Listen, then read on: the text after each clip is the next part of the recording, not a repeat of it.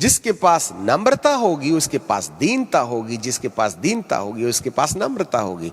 क्योंकि मन की दशा व्यक्ति वस्तु स्थिति के लिए समर्पण में नम्रता बन जाती है, और यही समर्पण की दशा परमेश्वर के प्रति दीनता बन जाती है। Submissive to the God is the meekness. Submissive our mind to the world is the humbleness. बात वही है। व्यक्ति के लिए समर्पित हो जाना, परिस्थिति के लिए समर्पित हो जाना नम्रता कहलाती है, और इसी मन का परमेश्वर के प्रति समर्पण दीनता बन जाता है। बात एक ही है, इसलिए एक दूसरे को अलग नहीं किया जा सकता। पर हमारे भाव एक बार समर्पण के आदि हो जाएं तो आप परमेश्वर के लिए भी समर्पित हो जाइएगा और मनुष्यों के लिए भी समर्पित हो जाइएगा। बड़े बड़े दावे उसके खोजी लोग करते, ऐ पिता मैं तेरे लिए समर्पित हूं, परंतु मनुष्यों के साथ में शेर गुर्राई जैसे बात करते हैं। हे पिता। कई लोग तो परमेश्वर के सामने भी इतने जोर से बोलते हैं जैसे झगड़ा कर रहे हैं।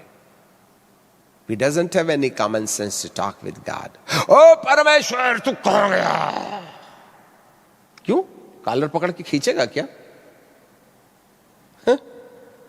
हमारी आवाजें हमारे क्रोध को प्रकट कर रही हैं। अरे इतना जोर से शैतान के सामने चिल्लाता तो परमेश्वर के सामने चिल्ला रहा है। दक्षिण भारतीयों की आदत बिगड़ गई है, वे परमेश्वर से भी ऐसे बात करते जैसे कोई झगड़ा कर रहे हैं, और दुष्ट आत्मा के सामने बिल्कुल पूंछ हिलाने लगते हैं।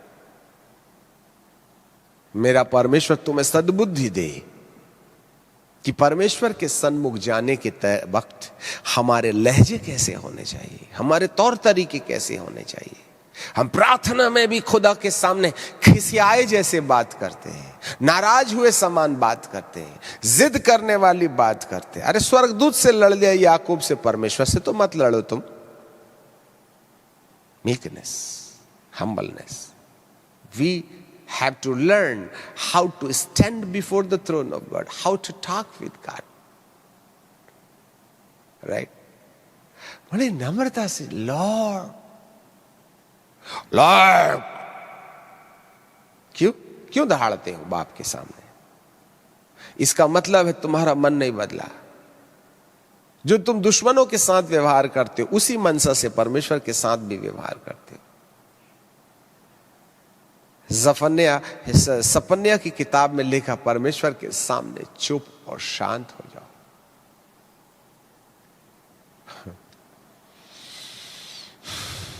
मेरे प्रियो, आग उत्पन्न करने के लिए भूमिका बनानी पड़ेगी। नमक को नमकीना बनाने के लिए नम्रता की आवश्यकता पड़ेगी, और नम्रता के लिए आपके अंदर एक व्यक्ति उपलब्ध है,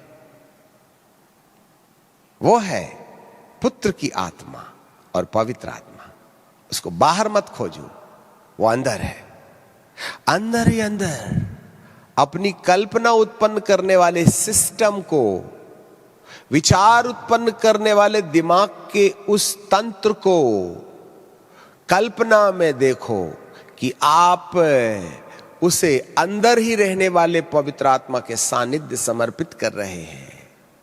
तब अंदर ही अंदर आपका मन, आपके ही अंदर में रहने वाले पवित्र आत्मा परमेश्वर के सानिध्य समर्पित किया जा रहा है। अंदर ही अंदर वहां होने दो कुछ तो भी यहां। तब आप सोचिए, आए मेरे मन, चल तू अपने पवित्र आत्मा के हाथ में समर्पित हो जा।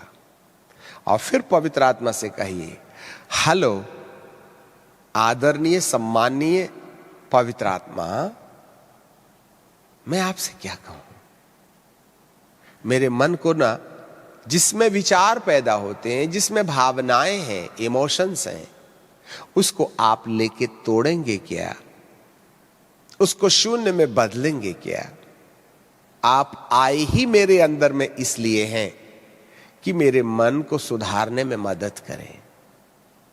मैं बड़ी नम्रता और दीनता से अपनी जिस भी हालात में है उसी हालात में मैं आपके पास आया हूं। ना मैं अपने आप को बड़ा बना सकता हूं, ना छोटा बना सकता हूं। मैं अपनी ओरिजिनलिटी में आपके पास आते हैं। पवित्र आत्मा, आंसू भी नहीं निकलते मेरे, बड़ा कठोर है मेरा दिल। जिस हाल में मैं हूं उसी हाल में मैं अपना मन, ऐ मेरे पवित्र आत्मा जो मेरे ही अंदर है, आप, मैं आपके हाथों में समर्पित कर देता हूं। मुझे तोड़िए ना, मुझे नम्र बना दीजिएगा, मेरी आंखों को जलाशय बना दीजिए। मैं दूसरों के दुखों को दुख नहीं समझता, अपने दुखों को महान समझता हूं। तब ऐसा एक बार, दो बार, तीन बार, फिर विश्वास काम में लाइए। धन्यवाद पवित्र आत्मा, मैं कल्पना में देख रहा हूं कि आप मेरे मन को अपने अधिकार में ले रहे हैं। धन्यवाद पवित्र आत्मा, मैं कल्पना में देख रहा हूं कि मेरी कठोरता को आप क्षणभंगुर कर रहे हैं। मैं देख रहा हूं मेरे मैं वाद को आप तोड़ रहे हैं। हे प्रभु, अब आप मुझे शक्ति भी दे दो कि दोबारा मैं अपने पुराने रवैये को ना अपनाऊं। मेरे अंदर यदि घमंड के कोई लक्षण दिखाई दे तो तुरंत मेरे दिमाग में लाल बत्ती जलने लगे। आप ऐसी मदद करने के लिए तैयार हैं कि आप तो मददगार न बन के आए हैं। हे प्रभु, मेरी सबसे पहली मेरी थैली पर भिक्षा दे दो।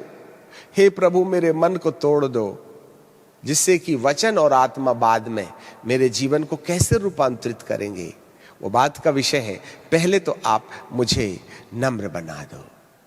हफ्ता 15 दिन कुछ इसी रवैये से अपनी पवित्र आत्मा को जो अंदर पाया जाता है उससे टूटने की गुहार लगाते रहिएगा।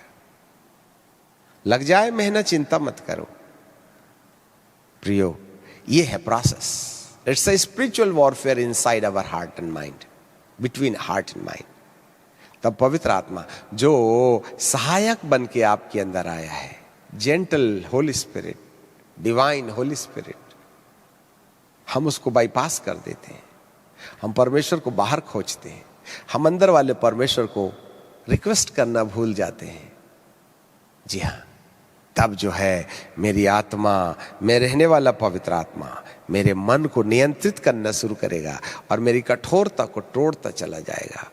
अभी आपने प्रार्थना किया है, जिसके लिए प्रार्थना किया, थोड़ी देर के बाद में वही गलती होगी। आपको फिर कहना है, लॉर्ड प्लीज फॉरगिव मी। जागते रहो, कई बार ऐसा होगा, आप उसको फिर मानिए। प्रभु 3 बार हो गया राजा। आपके अंदर गिल्टी कॉन्शियस हो, जब आप गुस्सा हो जाते हैं तो आपको गिल्टी कॉन्शियस हो, आपके अंदर स्वाभिमान के लक्षण दिखाई देते हैं, तो यदि आपने गिल्टी कॉन्शियस को मार डाला तो आप कभी नम्र नहीं बन सकते। बार बार गलती हो जाए, अपने आप को कहो, अरे लॉर्ड फिर गलती हो गई मुझसे, प्रभु क्या बताऊं लॉर्ड, प्लीज लॉर्ड क्षमा कर दे। महीनों और हफ्तों के प्रैक्टिस के बाद एक दिन आपका मन कंप्लीटली पवित्र आत्मा की सहायता से आपके अपने नियंत्रण में आ जाएगा। फिर आपको कोई गाली बकते भी रहे तो आप कहें, क्यों सा होता बेटा, नहीं तो प्रत्युत्तर दीजिएगा। हाँ, इसके लिए टाइम लग सकता है मेरे प्रियो। यह है नम्रता और दीनता जो परमेश्वर के सन्मुख खड़े होने के काबिल बना देता है।